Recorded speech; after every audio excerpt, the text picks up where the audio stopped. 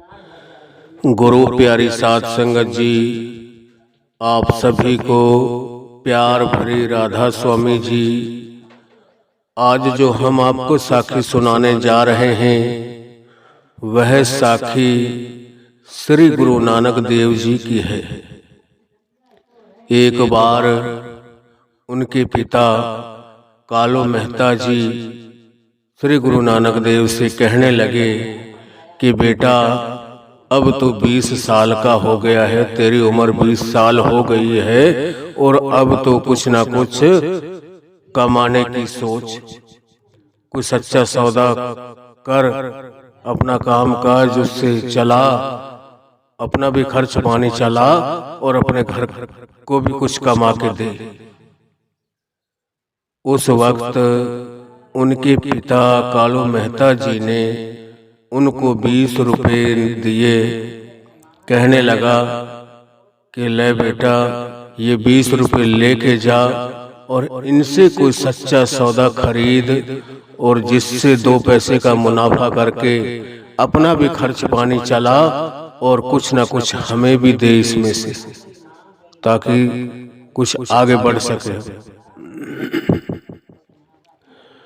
तो श्री गुरु नानक देव जी ने 20 रुपए लेकर और घर से चल दिया। घर से जब चला, मालिक के प्यारों की बहुत परीक्षा होती है। अब उसको तो और कुछ अच्छा लगता ही नहीं था। हर वक्त उसका ख्याल जो था उसको मालिक की तरफ लगा रहता था। दिन रात उसी की तरफ, पूंज की तरह उसी की तरफ ध्यान रहता था। अब पिता ने जब उसको 20 रुपए दिए, उन 20 रुपयों को लेकर वो घर से चल दिया। और घर से चलते चलते जब काफी दूर निकल गया तो रास्ते में एक साधुओं की मंडली बैठी हुई थी, जिन्होंने श्री गुरु नानक को देखकर उनके आगे फरियाद की कि महाराज, हम कई दिनों से भूखे हैं और हमें आप लंगर छकाए, खाना खिलाए। अब श्री गुरु नानक देव जी के पास वह 20 रुपए थे। उन 20 रुपयों को लेकर उसने दाल और आटा खरीदा। सारा सामान खरीदने के बाद में कहीं से लंगर तैयार करवाया, किसी के घर से कहीं जाकर, और उन महात्माओं के पास लाया। जितने भी वो 8-7 महात्मा थे उनको सबको लंगर खिलाया, भोजन तैयार करवा कर लाया।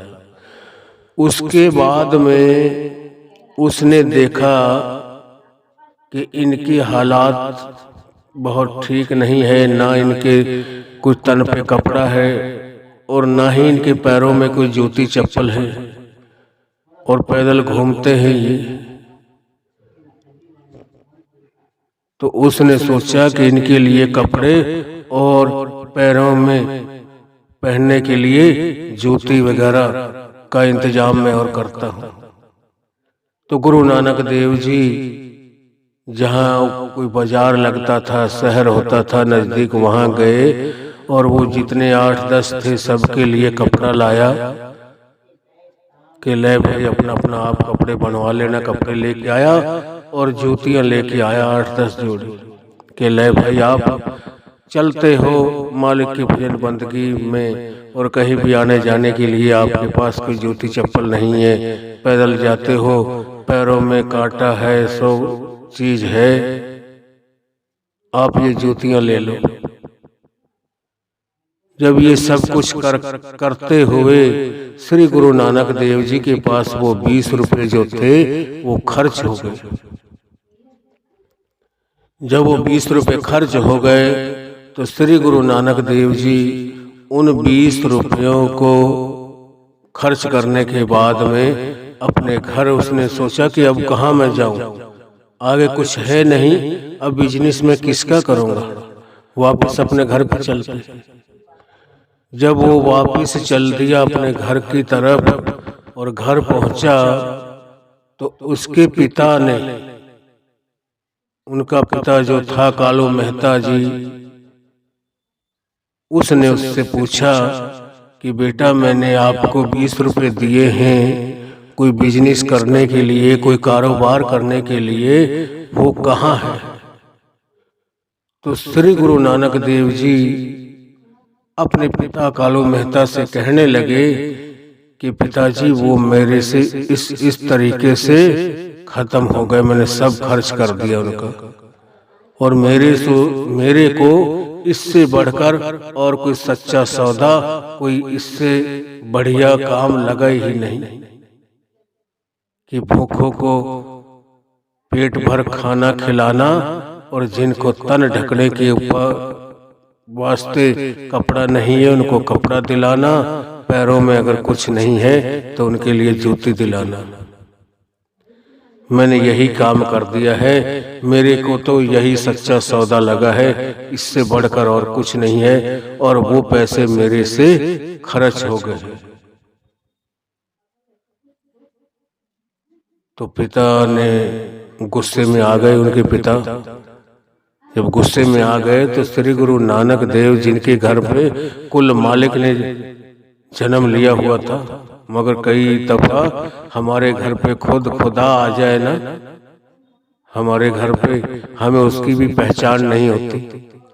अब उन 20 रुपयों के पीछे श्री गुरु नानक देव के पिता उसको थप्पड़ मारने लगा, जैसे एक चाटा मारते हैं कि 20 रुपये आज वो 20 लाख के बराबर है, और वो तने सब के सब खर्च कर दिए, भंडारा कर दिया उनका, किसी को कपड़े दिला दिए, कहीं जूतियां दिला दी, कहीं कुछ, सब के सब खर्च करके तो खाली हाथ घर आया। तो गुरु नानक देव कहने लगे पिताजी मेरे को तो इससे ऊपर, इससे बढ़कर और कोई ज्यादा सच्चा सौदा लगा ही नहीं, मेरे को सबसे अच्छा ये लगा कि यही सच्चा सौदा है, इसी को कर, और इसी को करने से तेरी मालिक हर जगह पूरे कारोबार में बरकत करेगा, सब कुछ तेरे को देगा। तो उसकी गुरु नानक देव की बहन नानकी थी, जिसने अपने पिता का हाथ पकड़ लिया था और उसको रोकने लगी, कहने लगी पिताजी ये कोई आम इंसान नहीं है, ये तो खुद खुदा है, खुदा का रूप बन चुके हैं, उसकी इबादत करते करते, और इसके ऊपर आप हाथ मत उठाइए, यह आम इंसान नहीं है। मेरे को पता है एक उसकी बहन को ही उसके बारे में कुछ अंदाजा था कि वो क्या है, और बाकी ना माँ को पता था, ना पिता को पता था, ना कोई और किसी को समाज में पता था। बहन उसके बारे में जानती थी कि वो कितना हस्ती का मालिक है, क्या है। उसने कुछ न कुछ चमत्कार ऑटोमेटिक हो गया। संत महात्मा जो होते हैं वो करते नहीं अपने दिल से, ना चाहते हुए भी हो जाता है, जिससे उनकी बड़ाई होना शुरू हो जाती है कि इसने जो काम नहीं होने वाला था, नामुमकिन था, किसी भी हालात से ये काम नहीं होने की वो था कागार पर, और वो काम सफल हो गया। ये पूर्ण संत सतगुरु ही कर सकते हैं, आम इंसान के बस की नहीं है। इसी तरीके से एक बार गुरु नानक साहब ने गुरु नानक को खेती की बुआई करने के लिए भेजा कि बेटा अब गेहूं का बुआई का वक्त हो रहा है, और तू अब 20 साल का हो चुका है, और अब मैं तो अब बुजुर्ग होता जाऊंगा, मैं कब तक खेतों को भी संभालूं और अपने काम काज सब। वो पटवारी था कालू मेहता, और अब खेती का काम तो खुद संभाल, अपना कारोबार भी कर कुछ न कुछ। तो जब उसको गेहूं बुआई करने के लिए 1 मन गेहूं का दे दिया, और वो बैलों का जोड़ा दे दिया कि ले बेटा इनको ले जा, और अब की बार मैं देखता हूँ फसल कैसी होती है, तू अपने हाथ से बो के आ, हर साल मैं बुआई करता हूँ, अब की बार तू जा। तो गुरु नानक देव ने अपने पिता का कहना माना। करतारपुर में रहते थे, उसने 1 मन गेहूं उसके सिर के ऊपर रखवा दिया, और बैलों का जोड़ा उसको दे दिया कि हल बाहर खेत में ही है, वहां से हल जोड़ लेना और इसको एक 2 बीघा जो है गेहूं की उराई करके आओ, आप उसकी बिजाई करके आओ।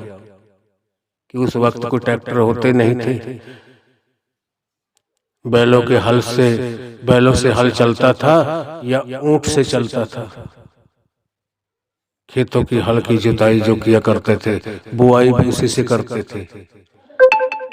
तो अब गुरु नानक देव अपने खेत में जाकर उसने अपने बैलों को जोड़ा बुआई करने के लिए, और उसने वो जो गेहूं के दाने थे बुआई करने वाले बीज वाले, उसने उनको लेकर 1-2 चक्कर अपने खेत के चारों साइड लगा दिए। चारों कोनों में से बैलों को ले गए, चारों कोनों की तरफ 2 चक्कर लगाए और बैलों को साइड में खड़ा कर दिया और हल को हटा दिया साइड में। और वो जो जितना गेहूं था सुबह से शाम तक बुआई करने के लिए उसके पिता ने दिया था, गुरु नानक देव ने क्या किया, क्या सोच आई उसकी। सोचने लगे कि अगर ये बढ़िया गेहूं हो जाएंगे तो पिता फिर भेजेगा कि जा बेटा उनको बाहर के जंगली जानवर है, पशु पक्षी हैं, उनको खत्म ना करे। ये रोज वगैरह है, हिरण है, जंगली जीव है, उनकी रखवाली के लिए जा। तो उसने क्या काम किया, एक कोने के अंदर काफी औंधा 2-3 फुट 3-4 फुट औंधा खड्डा खोद दिया, खुदाई करके, और उसके अंदर जो 1-1.5 मन गेहूं का था बिजाई वाला, बीज के गेहूं दिए थे पिता ने, वो एक ही कोने में सबको दाब कर और अपने घर आ गया। शाम को घर आया, सारे दिन ये काम करके सुबह ही जाते जाते ही और अपनी भजन बंदगी पे बैठ गया। शाम को जब घर आया तो पिता ने पूछा कि बेटा गेहूं की बुआई कर दी? कहने लगा हाँ पिताजी कर दी मैंने। अब गेहूं 3-4 दिन के बाद निकलते, 3-4 दिन के बाद वो जो उनके पिता थे कालू मेहता जी, उनका एक रोटेशन हुआ करती थी कि सुबह सुबह खड़ा होता था और अपने खेतों की तरफ घूम के आता, सारे खेतों को अपने बाहर खेतों में टोबल पे होके अपने खेतों को निगाह मार के सारी फसल बाड़ी को, और तब अपने घर आता था नहा के, और फिर अपने चला जाता था कचहरी में, क्यों पटवारी था वो। जब बाहर गया वो 3-4 दिन के बाद देखा उसने, 3-4 दिन बाद गेहूं निकलते हैं, तो 4-5वें दिन गेहूं को देखा तो ऐसे गेहूं उसमें उगे हुए थे उस खेत में जैसे सिर के अंदर बाल होते, इतने बढ़िया गेहूं, एक एक दाना ऐसा बुआई किया हुआ था जिसकी कोई हद नहीं। तो गुरु नानक देव के पिता ने गेहूं को जब देख कर आया और गुरु नानक देव की उसने पीठ थपथपाई कि वाह बेटा क्या गेहूं की बुआई आप करते हो, ऐसा तो मैं भी नहीं कर पाता हूं, मेरे को इतने सालों से गेहूं की बुआई कर रहा हूं, और ये आपने तो एक जैसे मशीन की बुआई होती है ना, एक एक बीज को गिन गिन के डाला है और ऐसे मोतियों की तरह उगे हुए हैं, बिल्कुल बहुत बढ़िया गेहूं खड़ी है, बड़ी शाबाश दी।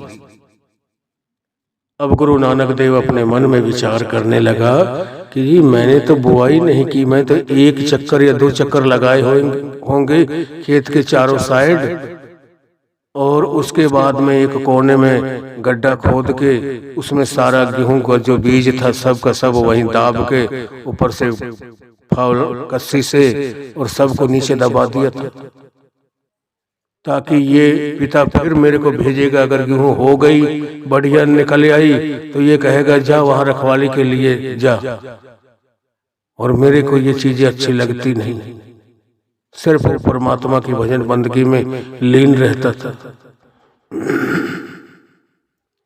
जब गेहूं थोड़े बड़े हुए तो बाहरी जो जंगली जानवर थे जो खेतों को उजाड़ते थे, फसलों को खाते थे, गुरु नानक देव ने उनको कहा कि बेटा ऐसा करना, बाहर चला जाना खेत में, और जंगली जीवों की जो जंगली जानवर है, रोज है, गाय है ये लील गाय है, कोई हिरण वगैरह है, सुअर है, जो भी फसल को खराब करते हैं उनका जाके रखवाली करना, उनको अपने खेत में मत पड़ने देना। जब रखवाली के लिए गुरु नानक देव को भेजा गया तो गुरु नानक देव ने क्या काम किया, जो दूर दूर गाय चर रही थी, कोई दूर दूर पशु घूम रहे थे, उनको जाकर घेर के और अपने खेत में ले आया कि ताकि इसको आज या कल तक उजाड़ करके और अपने घर चला जाऊं, बिल्कुल खत्म कर दूं, ताकि ये मेरे पिता मेरे को रोज रोज परेशान ना करे। तो उसने जितनी आइड साइड में गाय चर रही थी दूर दूर सबको घेर के लाया और अपने खेत में लाकर छोड़ दी, और अपना जो गेहूं का खेत था सब कुछ चरवा दिया, सारे डूंट करवा दिए, खत्म करवा दिया। अपने मन में सोचने लगा कि अब पिता मेरे को भेजे गए नहीं, कि अब तो कुछ है ही नहीं, सारा तूने उजाड़ करवा दिया, अब मैं क्या करूं। तो वो शाम को इस तरीके से खत्म करवाकर अपने घर चला जाता। सुबह सुबह पिताजी उनके खड़े होते थे सबसे पहले और बाहर अपने खेतों की तरफ चक्कर लगाने के लिए जाते थे और सारे खेतों को देखकर आते थे। जब वो गुरु नानक देव सारी फसल को, अपने सारे गेहूं के खेत को चराकर और सारे को खत्म करके शाम को अपने घर लौटता था और सारी रात भी भजन बंदगी में बैठा रहता था। जब उनके पिता सुबह जाके खेत को देखते तो एकदम हरा भरा लहलाट करता हुआ दिखाई देता था, और किसी जिन जिनावर, किसी पक्षी, किसी गाय भैंस, किसी भी चीज का, किसी भी जानवर का अंदर एक खोज तक नहीं था कि किसी ने अंदर पैर डाला हो, कोई निशान तक नहीं था। तो वो जब घर आता तो गुरु नानक से कहता कि बेटा मैं सुबह सुबह गया हूँ, बहुत अच्छी रखवाली आप कर रहे हो, आप तो किसी चिड़िया का भी पैर नहीं रखने देते हो खेत में, इतनी बढ़िया आप रखवाली करते हो। मैं जाके देख के आया हूँ खेत को, इतना बढ़िया खड़ा है, इतनी सुंदर गेहूं खड़ी है जिसका क्या कहना। मेरे को इतने साल हो गए बुआई करते, मगर ऐसे गेहूं कभी नहीं हुई। अब जब उनके पिता उसको शाबाश दे, उसकी पीठ को थपथपाते थे, अब वो बड़ा हैरानी में था कि भाई मेरे पिता क्या कह रहे, मैं तो सबको खत्म करके आया हूं, कोई चीज नहीं छोड़ी कि कल को मेरे को फिर ना भेजी। और वो फसल बहुत अच्छी हुई। ये सच्चे प्यारों का काम है, जो उसकी तरफ, उसका कुल मालिक की तरफ हर वक्त ध्यान रखते हैं, हर वक्त उनका ख्याल उस कुल मालिक में लगा रहता है, तो मालिक उसके सारे कामकाज खुद करता है।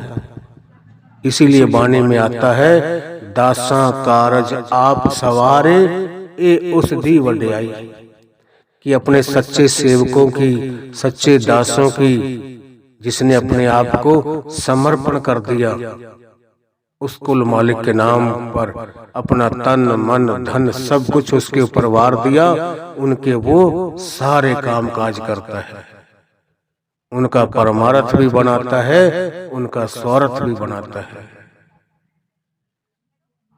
इसी तरीके से जब बाहर रखवाली पे भेजता, एक बार उसको भैंसे थी उनके पास 3-4, और गुरु नानक को उनके पिता कहने लगे कि बेटा ये ऐसा कर, इनको घंटा 2 घंटा चरा के ले आया कर, फिर ये कुछ बाहर से चर के आएंगी और यहाँ इनको कम डालना पड़ेगा, बाहर से कुछ पेट भराई करके आ जाएंगे तो फिर भी कुछ काम नहीं करता।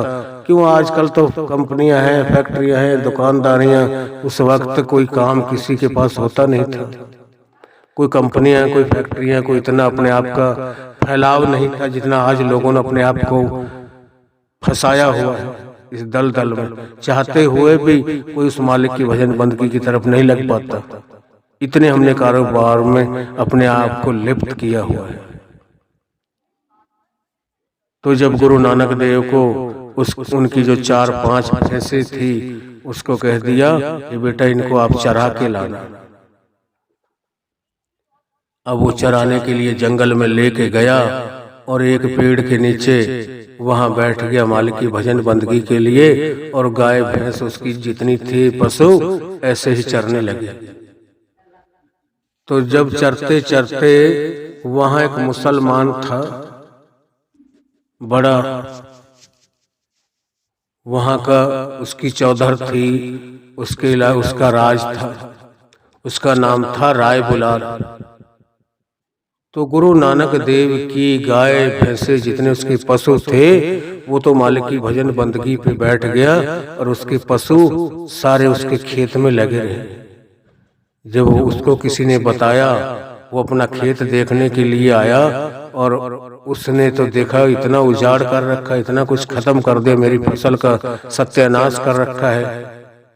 उसने जाकर गुरु नानक देव के पिताजी के पास गया, कहने लगा कि भाई ये कालू, तेरे लड़का जो है इसको तो अपनी गाय भैंसे छोड़ के खोल कर दे देता है कि ले जा इनको जंगल में चरा के ला।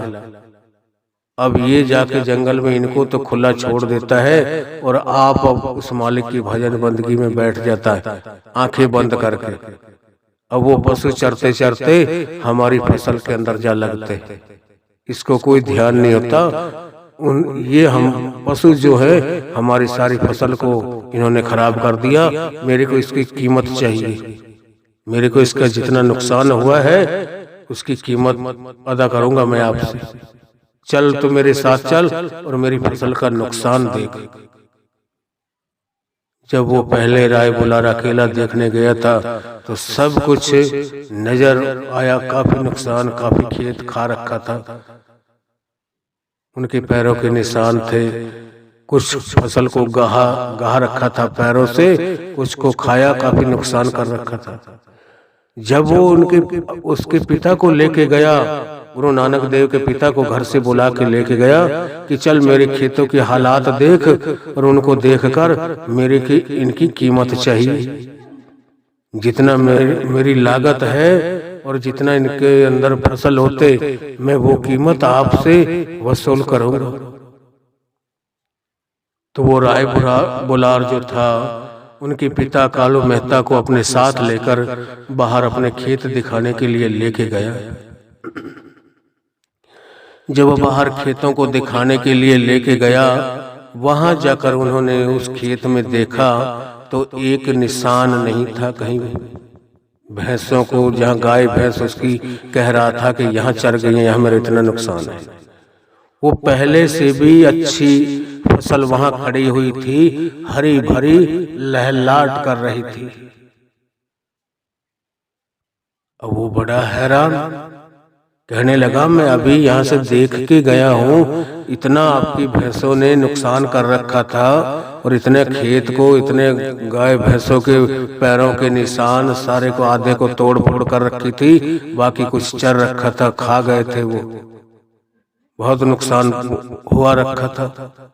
तो गुरु नानक के पिता कहने लगे जी राय बुलार जी बताओ कहाँ है, अब तो बता रहे थे इतनी आधी खेत खा रखा है, इतना नुकसान, चल के देखो मेरा, इतना आप मेरे ऊपर लाल पीले हो रहे थे, इतना गुस्सा कर रहे थे कि भाई मैं आपसे उसकी कीमत वसूल करूंगा। यहाँ तो कहीं कोई नुकसान नहीं दिखाई दे रहा, ना किसी गाय भैंस के पैर का निशान है, कुछ नहीं। वो बड़ा हक्का बक्का बड़ा अचंभे में हो गया कि ये क्या हो गया। क्यों? उस वक्त गुरु नानक को पता चला कि भाई आज मैं सारे दिन मालिक के नाम पे बैठा रहा हूँ, घर से गाय भैंस ले गया हूँ, सारे दिन ये राय बुलार के खेतों में ही खाती रही है और काफी नुकसान किया है, और अब इसने नुकसान देख के आया है और मेरे पिताजी को लेके गया है और मेरे पिताजी आकर मेरे पर डांट मारेंगे। तो उस गुरु नानक देव ने अपने मालिक, अपने सतगुरु की तरफ उसने पुकार करी, उसने उधर ध्यान दिया कि मेरे मालिक मेरी लाज रखना, ऐसा ना हो कि मेरे आपकी भजन बंदगी की मैं रहा हूं और मेरे को चोट खानी पड़े। मेरे को माँ बाप मारे कोटे धमकाए या कहे कि दे इसका, जो इसका नुकसान हुआ इसका चुका, तो चाहे इसकी मजदूरी कर, चाहे कुछ भी कर, हम कुछ नहीं करेंगे, तूने हमको बहुत परेशान कर रखा है, बड़े दुख दे रखे हैं। जब उनको कुछ नहीं मिला, आ गए, बड़ी शर्मिंदगी महसूस की। उस राय बुलार ने वापस आ गया, किसी चीज का नुकसान नहीं दिखाई दिया, तो वापस आ गए। ये है उसके सच्चे भक्तों की निशानी। क्यों? जब तक हमारा कोई काम काज नहीं होता, जब तक हम आधा ध्यान उधर, सेवा उधर कर रहे हैं, कहीं सत्संग पे गए हैं, कहीं सेवा पे गए हैं, हमारा ख्याल, हमारा ध्यान अपने घर पे लगा रहेगा। यार मैं आ तो गया हूँ, मगर ये पीछे से मेरा ये नुकसान ना हो जाए। मेरे खेतों में पानी लगाने वाला था, मेरे पीछे से कोई खेतों की रखवाली करने वाला नहीं है। इसीलिए संत पलटू साहब की वाणी में आता है, एक भरोसा है नहीं, कुशल कहवा से होई। जब तक हमारा उस एक के ऊपर पूरा दृढ़ विश्वास ना होगा, हमारा कभी कोई काम होने वाला नहीं है, कभी भी उसको कुछ मिलने वाला नहीं है। ये समझो, जो ये तरीका कर रहा है वो अपने व्यर्थ का टाइम खर्च कर रहा है, घर का भी नहीं संभाल पा रहा, वहां का भी नहीं कुछ मिल रहा उसको। इसीलिए हम ब्यास में एक दफा गए तो कर्नल ने हमें 10 दिन की सेवा करने के बाद में बताया कि भाई एक तो सेवादार होता है, वो आपको सेवा करता नहीं दिखाई देगा, कि उसको वो फावला नहीं बजाएगा आपके साथ, मगर वो आपसे ज्यादा सेवा करता है। वो आपका जत्थेदार, आपका इंचार्ज, जिसके हवाले आपको 10 आदमी को या 20 आदमी को कर दिया जाता है कि आपको इतने आदमी दिए और आपने ये इतने जगह की गुड़ाई करके आनी है, इतने इसमें पार्क लगाना है, इतने पेड़ पौधे छंगाई करने हैं इसके, या आपने इतने ये गड्ढे खोदने हैं। तो जिसको इंचार्ज बनाया जाता है उसका ख्याल हर वक्त उस सेवा में लगा रहता है कि भाई मेरे से शाम को पूछा जाएगा, इनको कोई कुछ नहीं कहेगा। अब उनमें से तो कोई घंटा आधा घंटा किसी ने सेवा करी, कोई इधर चला गया, कोई पानी का बहाना लगाया, किसी ने और कुछ लगाया कि हो जाएगी, ये मालिक का काम है, मालिक के काफी सेवादार हैं, हम नहीं करेंगे तो कोई और कर जाएगा। तो जब तक हमारा उधर जो हमें सेवा मिली है तन मन से धन से, उसी सेवा में प्रेम प्यार से लगन से नहीं की, हमें सेवा करते हुए भी कुछ नहीं मिलेगा। तो उसने बताया कि एक आदमी जो सेवा नहीं कर रहा उसकी सेवा ज्यादा होती है, और जो एक सेवा करता दिखाई देता है उसका शरीर वहां पड़ा होता है, वो खुद अपने घर पे पता नहीं कहाँ कहाँ पहुंचा होता है, वो कहाँ कहाँ कारोबार कर रहा होता है। तो ऐसे जीव की सेवा करते हुए भी उसको कुछ नहीं मिलता। तो हमें चाहिए जहां हम गए हैं, जो हमारा इंचार्ज है, हमारा सेक्रेटरी है, जिसके हम नीचे हैं, वहां से जो हुक्म आता है वो सतगुरु का हुक्म होता है। वो हमारे एरिया सेक्रेटरी के पास आया, जोनल सेक्रेटरी के पास आया, जोनल सेक्रेटरी ने एरिया सेक्रेटरी को दिया, एरिया सेक्रेटरी ने सेंटर वालों को दिया, सेंटर वाले सेक्रेटरी आगे जत्थेदार, उप सेक्रेटरी जत्थेदार उनको देते हैं। वो जत्थेदार जो होते संगत को लेके जाते, वो सारी संगत में आगे बताते हैं। तो हुक्म सतगुरु का होता है। हम कई दफा सोच लेते हैं कि ये इन्होंने अपने मन से बना रखा है, यही हमें परेशान करते हैं। ये कुछ नहीं है। जब तक हमारे अंदर वो दृढ़ विश्वास, वो प्रेम प्यार लगन नहीं होगा, हमें कुछ नहीं मिलेगा। तो हमें भी चाहिए अपने इंचार्जों का, अपने इन सेक्रेटरियों का हुक्म माने, उनका आदेश का पालन करे, ताकि हमारी भी सेवा सफल हो सके। राधा स्वामी।